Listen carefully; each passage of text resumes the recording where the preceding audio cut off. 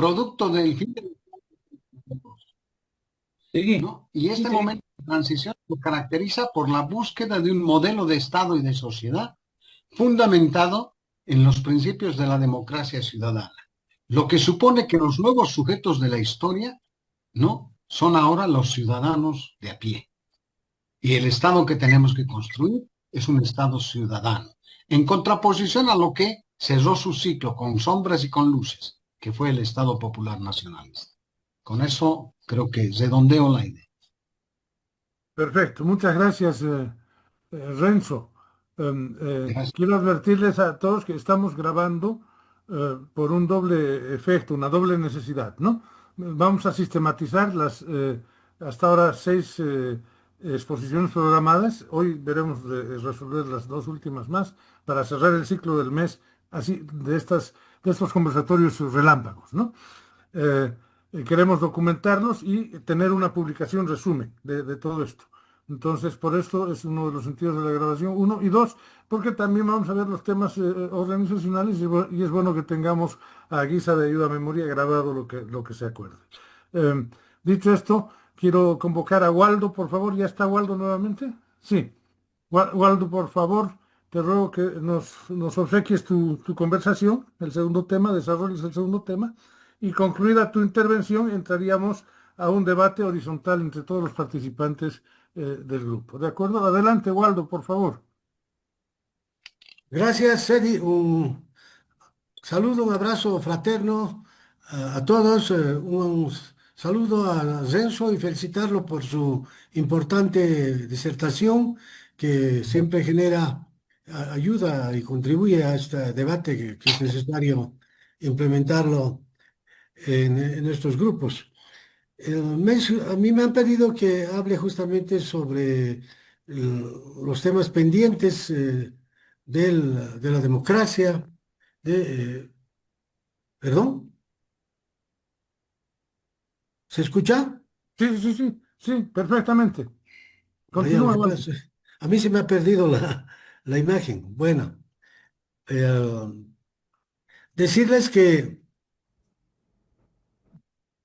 el sistema democrático boliviano muestra un conjunto de asignaturas pendientes y para identificarlas es fundamental analizar cómo hemos llegado a esta coyuntura y en principio hacer referencia a las condiciones en las que el país arriba en octubre de 1982.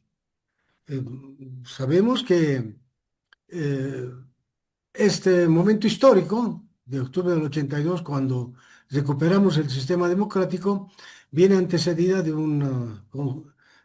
varias dictaduras militares, en su mayoría de corte fascistoide, las más emblemáticas, la de René Barrientos, la de Hugo Banzer o la del propio García Meza, ¿no? O Natush, en fin, pero con la característica similar de que son regímenes no solo autoritarios, sino que muestran una tendencia, una posición ideológica anticomunista, o sea, justifican la razón de su existencia en el contexto de la Guerra Fría para, digamos, ubicar al Estado más bien en esa posición, responsabilizando a las tendencias políticas de corte comunista o de izquierda como los principales autores del atraso del país y del caos y lo que ellos llamaban el caos, la anarquía, etcétera, ¿no? Empero, estas dictaduras militares en general también lo que hacen es preservar sus intereses, tanto de clase como intereses propios. La corrupción es una de las características comunes en esas dictaduras, la violación de los derechos humanos, además sistemática, la práctica del terrorismo de Estado, los crímenes de lesa humanidad, el saldo importante de personas asesinadas, desaparecidas, torturadas, encarceladas, etcétera, en coherencia con otras dictaduras militares como la de Pinochet en Chile, o Videla en Argentina, Stroessner en Paraguay, entre otras. Y obviamente, además, a la luz o en coherencia con lo que fue el famoso Plan Cóndor, que era un sistema de represión internacional y de apoyo mutuo de dictadura a dictadura. Entonces, no me alargo sobre esta etapa porque de lo que se trata es de ver precisamente qué aconteció hacia adelante. Pero lo que sí quiero relevar es que, si bien en octubre del 82, con la elección por parte del Congreso de don Hernán Siles Suazo, ganador de las últimas elecciones, aunque sea por mayoría simple, eh, a partir del gobierno de Siles, pasando el posterior de Paz Extensor, Menezes, y Paz Zamora, Sánchez de Lozada, etcétera, en el saldo, en el balance general, yo considero que los conductores del Estado en todo este periodo, si bien fueron antagónicas a las dictaduras militares antes mencionadas, pero al mismo tiempo fueron muy mezquinas en generar un proceso de consolidación democrática. O sea, son pocos los avances, si podemos mencionar las reformas constitucionales, la creación del Defensor del Pueblo,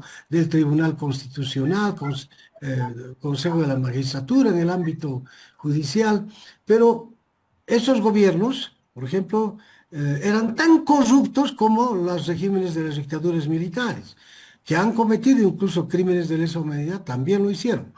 Ahora, no en la dimensión que caracterizó a las dictaduras, pero reitero, nunca estuvieron a la altura de las legítimas aspiraciones del pueblo boliviano, que entregó su vida, que dio una lucha tenaz para reconquistar la democracia, y que sin embargo, reitero, imperó más el interés político, el interés propio, el interés de enriquecimiento ilícito, de aprovechar su estadía en el poder para asegurar su patrimonio hasta su cuarta generación, etcétera.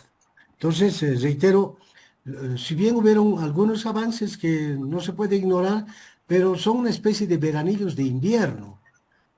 Nadie podría decir que durante todos estos gobiernos que los he mencionado de pasada, Paz Extensoro, Paz Zamora, Sánchez de Lozada y otros, por ejemplo, se hayan dado señales claras de sanear el poder judicial, de extinguir la corrupción desde la administración pública, etcétera. Entonces, y de generar mecanismos de participación ciudadana, o sea, de dar un salto cualitativo real, no solo en el plano legal, sino real, de la democracia representativa hacia la democracia participativa.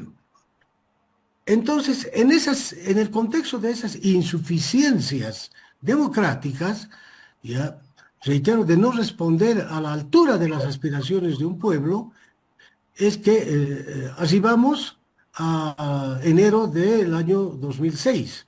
¿Por qué gana Evo Morales? Justamente vale la pena responder. En esas elecciones que no podríamos hablar de fraude, por lo menos en ese momento, justamente porque existía un descontento sistemático de la ciudadanía en general, con mayor razón de los sectores populares, sobre el comportamiento, reitero, sobre el comportamiento de la sociedad política, más allá de las siglas. Entonces, frente a esa dejadez, frente a esa falta de voluntad política para profundizar la democracia, que además de problemas económicos, etcétera, de la crisis, es que Evo Morales recoge ese descontento en las elecciones de finales del 2005 para ser posesionado en 2006. Hay una esperanza que caracterizó, ¿no? Además de los sectores populares, a importantes sectores de la clase media, en el sentido de que podría cambiar el comportamiento de la sociedad política hacia adelante.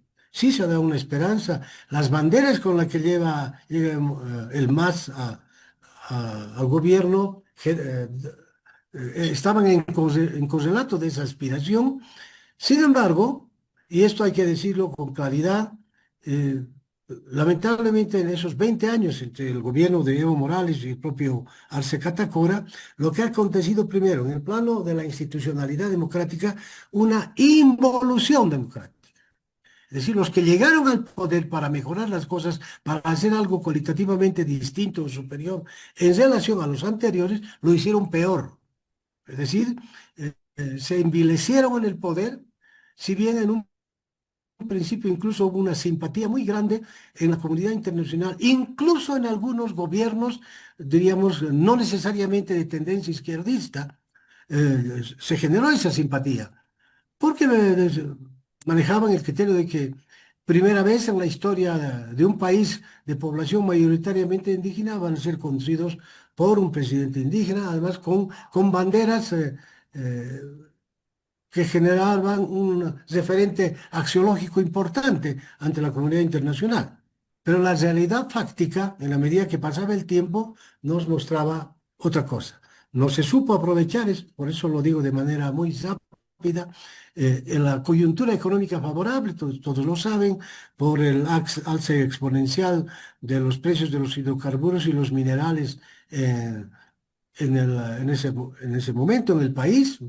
No fue virtud, es decir, la estabilidad o la bonanza económica durante el régimen del MAS no fue virtud de los gobernantes, sino obedecía más bien a factores externos, pero en lugar de aprovechar ese momento de vacas gordas, ¿no? Lo que hicieron es profundizar los mecanismos de corrupción, de enriquecimiento ilícito y paralelamente a ello, como no aceptaban eh, la crítica, ¿no? Una fiscalización veraz, real tanto de la sociedad civil como de otras tendencias políticas, empezaron a utilizar el propio Estado, en este caso el Ministerio Público, el sistema judicial, para reprimir, para criminalizar las críticas provenientes de la sociedad civil o de la oposición política. Lo digo así de manera muy rápida por el tiempo, pero ahí se explican, ¿no? Los saldos de presos políticos, los crímenes de lesa humanidad que se han cometido, las ejecuciones sumarias que se han dado. Incluso en el gobierno de Arce Catacora, en lugar de matarlos, los suicidaban, ¿no es cierto? Hasta hace poco. Entonces, todo eso te muestra de un régimen autoritario, de un régimen de dictadura prácticamente, encubierta por una supuesta legitimidad constitucional, eh, donde además todos también hemos visto con impotencia cómo se han consolidado los fraudes electorales, la violación de la constitución política del Estado, de una constitución que fue aprobada además durante el gobierno, el régimen de Evo Morales. O sea, empezaron a violar su propia constitución, desconocieron el resultado de un referéndum que tiene efecto vinculante de acuerdo a la previsión constitucional, el fraude del 2019. En mi opinión personal, y aquí reafirmo eso, el fraude electoral también practicado que llevó al gobierno del señor Arce Catacora, pero esa es mi posición personal, enfatizo, porque no llegó a intervenir la OEA como para enrostrar el fraude como aconteció en el 2019, etcétera. Entonces, eh, lamentablemente el pueblo, el país ha vivido un momento de frustración frente a un régimen eh, dividido en dos gobiernos de Morales y de Arce Catacora, que demostraron además que como propuesta ideológica, como modelo de Estado, es absolutamente inviable. Es decir, implantar un régimen socialista en Bolivia de la manera como ellos lo exponían, ¿no es verdad? Y además eso está, diríamos, esa verdad está demostrada en la realidad económica de gobiernos o de estados que mantienen tendencia ideológica afín al socialismo, ¿no? No hay un solo ejemplo de país que bajo estas banderas haya demostrado éxito en el desarrollo del Estado, en mejorar la calidad de vida de su gente y además en hacer de los derechos humanos una política de Estado. Entonces, en esas condiciones se llega, ¿no? Se llega a esta actual coyuntura, eh, precisamente porque el hecho de que tengamos al expresidente Arce Catacora en la cárcel, ¿no es cierto?, sobre la base de delitos que ni siquiera fue, sin tomar en cuenta los delitos cometidos en su condición de presidente, sino los de ministro de Estado, porque si no tendría que estar bajo un juicio de responsabilidades. Me refiero solamente a los delitos cometidos como ministro de Economía, que son la causa de su actual situación de preso, ¿no es cierto?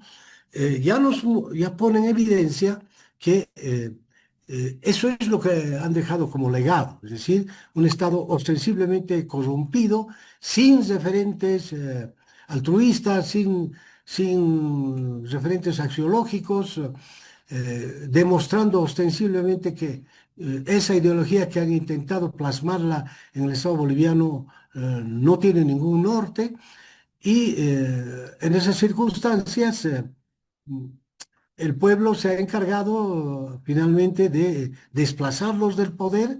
eh, no obstante ello, y acá quiero algo, en parte, subsanar lo que acabo de afirmar en cuanto a las palabras utilizadas, porque yo sigo pensando de que si bien especialmente Evo Morales no es parte de un gobierno así formal, pero eso no significa que haya sido extinguida su capacidad de influencia de todas las instancias de poder. De lo contrario, tendría que estar preso a consecuencia de los delitos que ha cometido y que son susceptibles también de no solo de una acción penal y una sentencia penal, sino de aplicar penas que tenga que estar purgando. Pero el hecho de que no esté preso pone en evidencia que tiene una capacidad de influencia incluso en el actual régimen, como para continuar haciendo política desde donde está sin que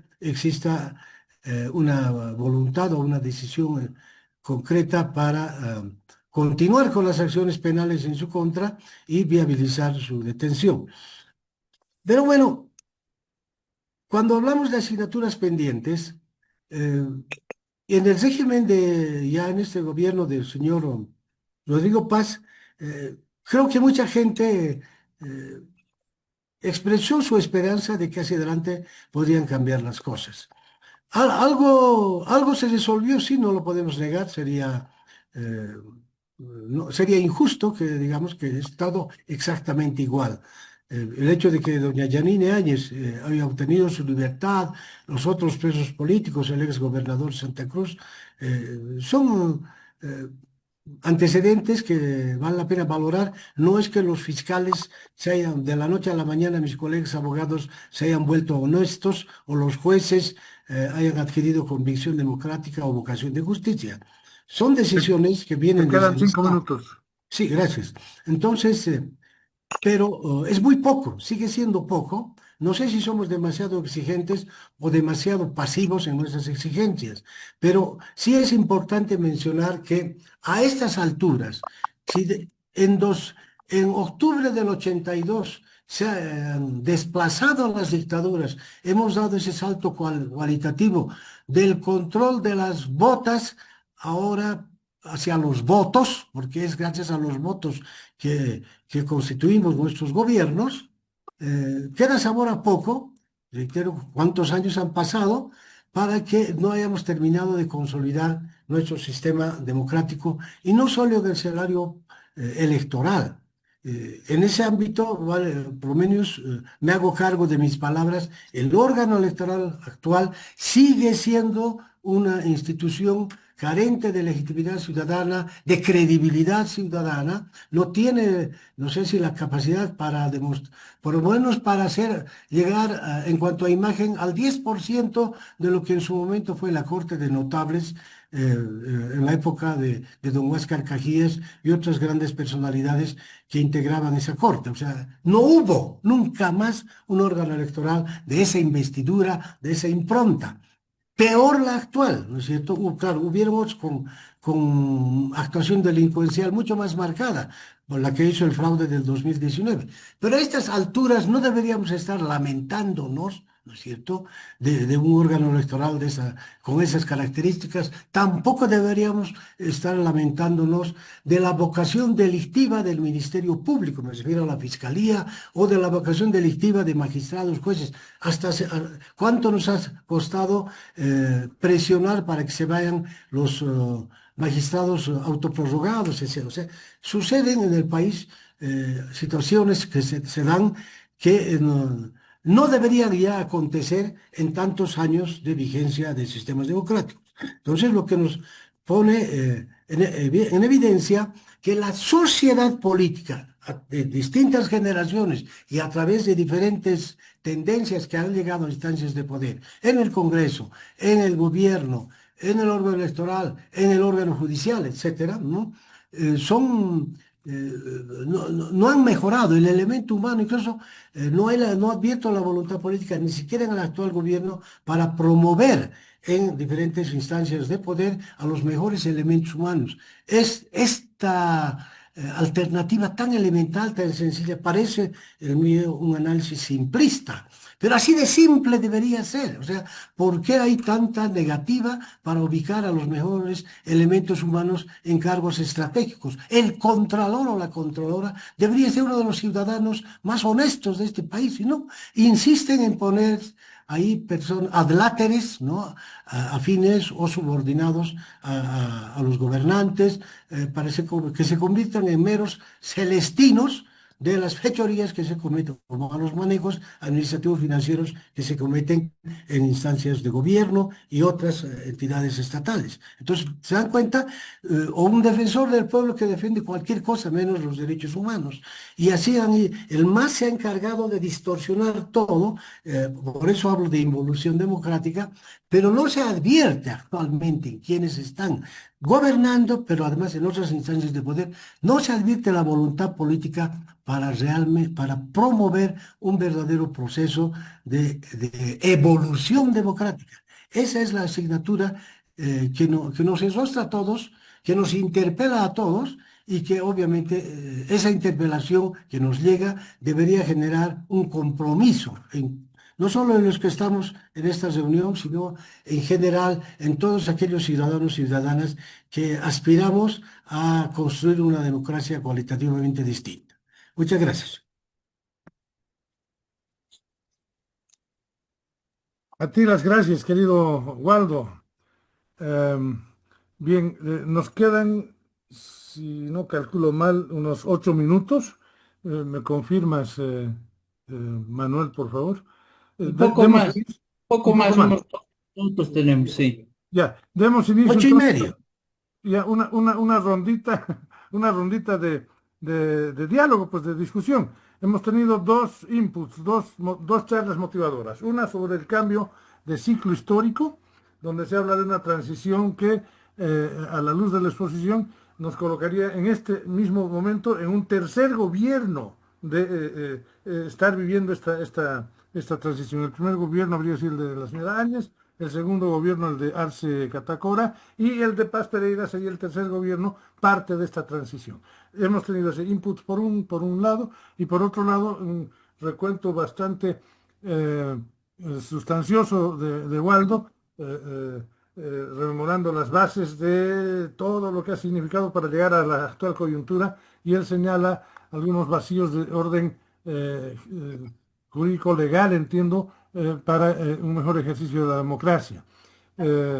Si omito algo, por favor, me corriges, querido Waldo, pero hasta ahí veo yo los dos inputs. Sobre esa base, tienen la palabra todos los compañeros de la reunión, por favor. Les ruego usar el mecanismo de levantar la mano para que establezcamos... La palabra también no sé cómo se utiliza la manito. Ya, Te habla adelante, Lucio. Lucio, por favor. Adelante, Lucio. Ya. Después de ¿Cuántos Luis, minutos? ¿Cuántos segundos o minutos hablo? 2 minutos, hermano. 2 minutos. Ya, Para eso que es nos que es alcance, ¿ya? importante. Sí. Bueno, primero que nada, la exposición que ha hecho Renzo Abruzzese es para el debate. ¿Ya?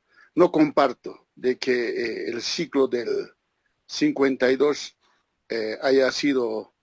haya concluido con el gobierno del MAS. Eso no es cierto. El ciclo del 52 ha concluido el 29 de agosto de 1985.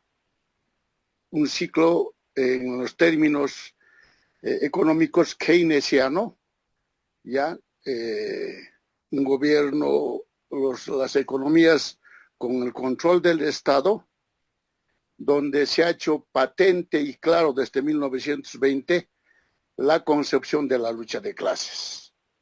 El rol fundamental de la clase obrera desde 1920 al 52 y posteriormente al 86 son los ciclos que se dividen. Primero, el 85, el propio gobierno del MNS cierra su ciclo del 52, no porque él quiere, sino en el mundo entero el keynesianismo entró en crisis. Lo que estaba sucediendo en Estados Unidos y en Inglaterra, donde se acababa el Estado keynesiano, a Bolivia recién llega el 84 y el 85, casi 10 años después, ¿ya? Y en el mundo entero ocurre eso. Entonces, habría mucho que hablar, pero estoy subrayando. Lo que ocurre después de la aplicación de los modelos neoliberales del 85 al 2005, que son exactamente 20 años, es un modelo neoliberal, es otro ciclo que se abre, ¿ya? Lo que ha ocurrido con el movimiento al socialismo es que ha combinado los dos modelos, el modelo estatal y el modelo neoliberal, porque no ha dejado de ser. No ha dejado de aplicar el modelo económico neoliberal. El Estado ha sido recuperado tanto para favorecer a la empresa privada como para mantener el Estado de planificador del 52. Uno. Segundo, en los términos de clase, ya no es cierto que el MAS no tenía plan o no concebía cómo va a ser su Estado. Yo quiero subrayar esto por experiencia. El año 1989, ya, en el 8º Congreso de la COP, hay una insurgencia del movimiento originario, campesino aymara y quechua, que interpela a la clase obrera, porque les dice, el ciclo de ustedes ya ha sido prácticamente cerrado con la aplicación del modelo neoliberal. Si quieren tener fuerza y rol en estos próximos años de aquí para adelante, lo que les corresponde no es hacer alianza, sino tenemos que andar juntos. Y se empieza a agitar la bandera de la huipala. Se habla de la cosmovisión andina. Los líderes ya campesinos surgen en ese 8º Congreso en 1980, ya antes de 1987. ¿Y quiénes eran los pensantes de esta posición? Fuimos nosotros, los del eje Pachacuti, ¿ya? Entonces, cuando se llega a la Asamblea Constituyente, ya hay una idea, ya hay un proyecto del Estado plurinacional, para ir cerrando, porque es muy corto el tiempo. O sea, el MAS llega en la cabeza conformada de un tipo de Estado que tiene que haber, que es el Estado plurinacional, las clases que tienen que llevar adelante la conformación y construcción de ese Estado son los sectores populares, y el 2019, cuando cae Evo Morales, efectivamente hay una insurgencia ciudadana, pero lo que no quiere decir que cierre el ciclo del sector nacional popular. ¿Quién les ha dicho que el sector nacional popular está cerrado en este momento? La Central Obrera Boliviana, aún disminuida, cumple y va a cumplir su objetivo y va a seguir siendo el interpelador y el portavoz de los sectores populares en este país. Yo quiero quedar ahí porque esto hay que debatir bastante. El tiempo no nos permite explayar lo que conocemos. Gracias, Lucio. ¿Quién pidió la palabra luego? La palabra, Edwin. Sí, adelante, por favor. ¿Quién es? Gracias. Edwin, Muy Edwin, breve. adelante. Bueno. Breve, Muy por favor. breve. Bueno, yo comparto plenamente con el análisis de Renzo y es coherente la posición también de doctora Albarracín. Sin embargo, no vamos a poder en estas reuniones entrar en profundos análisis, pero sí mencionar de que más allá de haber sido afectada la democracia en 1900, bueno, diría el 2006, y a partir del 2009 se promulga la nueva constitución, es que estructuralmente cambia el país. Y lamentablemente cambia un país con una mirada hacia la izquierda, dejando un precedente de la injerencia internacional en la política boliviana, habiendo generado una estructura política económica manifiesta en la Constitución, con la participación de valores internacionales tanto de España, Cuba y Venezuela, lugares donde se ha hablado ya del proyecto del socialismo del siglo XXI. Todo esto ha dejado ya pues estructurado en toda la red normativa que tiene Bolivia, y es muy difícil cambiar de la noche a la mañana este tema de la injerencia y la vulneración de las normas nacionales para encaminar el desarrollo nacional. Creo que es una tarea pendiente que deberíamos enfocarla asistiendo, digamos, como CONADE a la administración y fortalecimiento de la democracia a partir de la participación legal de las organizaciones y partidos políticos. Esa es nuestra tarea. Pero en medio de esto es importante ver algo que he escuchado acá con mucha satisfacción, es que la administración electoral ha vulnerado la democracia. Entonces tenemos que fijarnos principalmente en la administración electoral. Es uno de los objetivos que debe tener CONADE. Por lo tanto, son tareas pendientes y desafíos que tiene CONADE hacia el futuro. Gracias. Gracias, Edwin. Tienen la palabra, compañeros, compañeras. Palabra, por favor. Pido la palabra. Adelante, Francisco. Gracias. Solo un par de minutos. Agradecer a los expositores. Habría muchas cosas para destacar dentro de lo que han dicho. Este concepto de Renzo de que los parámetros de izquierda y derecha no son los parámetros adecuados para pararse, analizar la realidad y proyectar acción política al respecto, es algo con lo que coincido plenamente.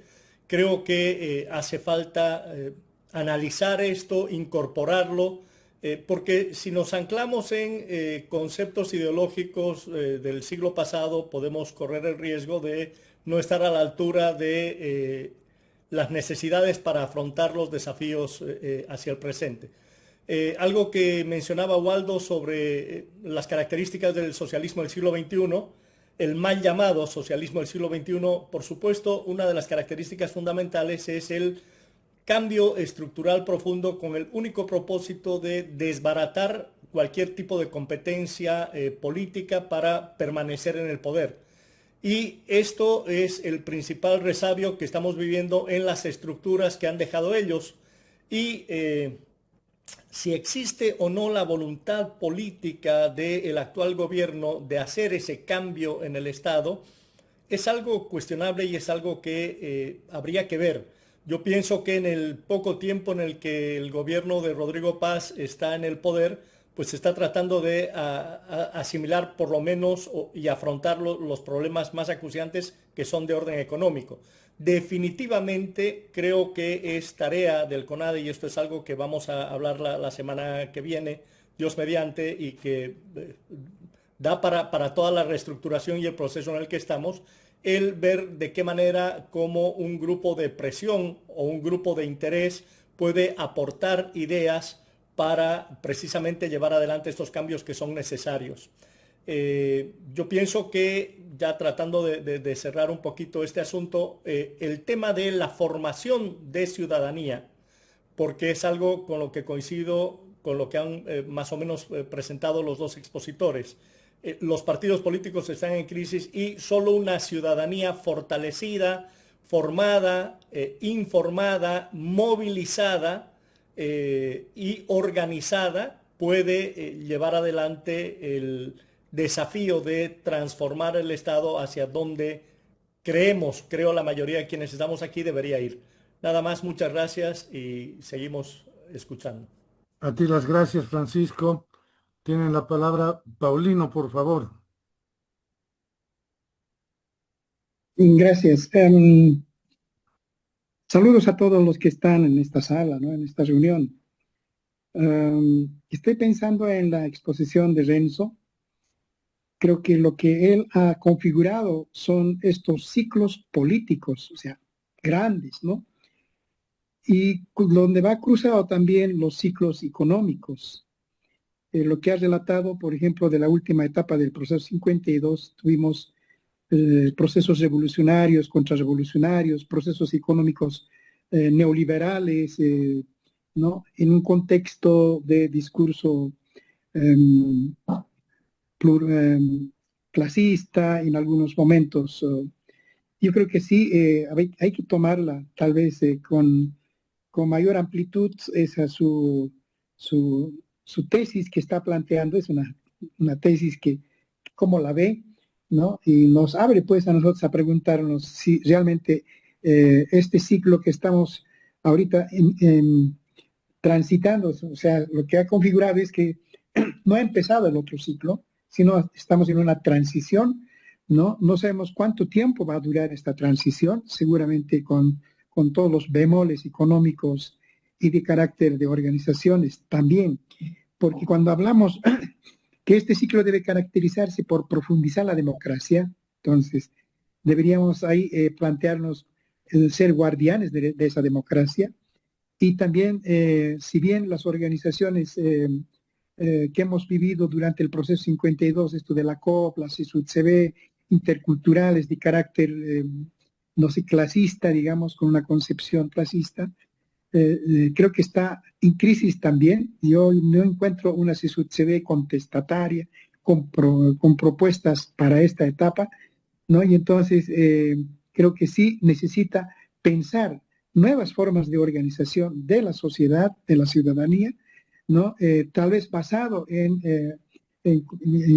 temas de productivo-económicos, ¿no? Así como las huecas que en el pasado quisieron inaugurar un proceso más allá del discurso social, clasista, sino más bien anclado en producir mejor, en mejores condiciones y avanzar. O sea, yo creo que esta etapa va a ser un poco de encontrar, creo que en esta necesitamos tal vez más estudios para ver cómo debería ser la sociedad organizada, esta ciudadanía organizada, porque tampoco vamos a ver una ciudadanía sin organización, porque sin eso no se avanza. Y yo creo que ahí nos faltará esto que decía también mis antecesores, tal vez de ver nuevas capacidades, ¿no? Waldo también nos ha planteado para esta etapa, creo que como continuidad de Renzo, es estas preocupaciones. ¿Cómo eliminamos la corrupción? ¿No? Estas prácticas que todo este tiempo hemos vivido, ¿no? Y seguimos aún todavía transitando.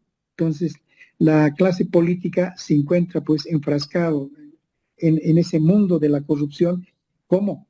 ¿Qué hacemos para que realmente podamos tener, no solo denunciar, sino que podamos ir de a poco extirpando la corrupción por un lado? Y yo creo que son temas que nos ha planteado que deberían ser nuestras preocupaciones en esta etapa. Yo creo que hay que seguir indagando, hay que seguir invitando a otros con este tipo de visiones